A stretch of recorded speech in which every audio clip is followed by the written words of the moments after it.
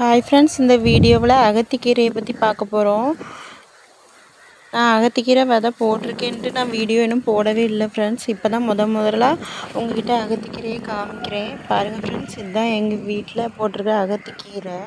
நல்லா பெரிய மரம் மாதிரி வளர்ந்துட்டு, என்னை விட நல்லா வளர்த்தியாகவே வளர்ந்துருக்கு.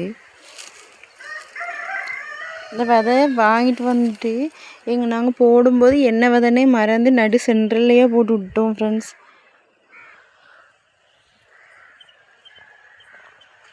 அன்றைக்கி அகத்திக்கீரை தான் பறிக்க போகிறேன். அதை தான் வீடியோவில் பார்க்க போகிறோம்.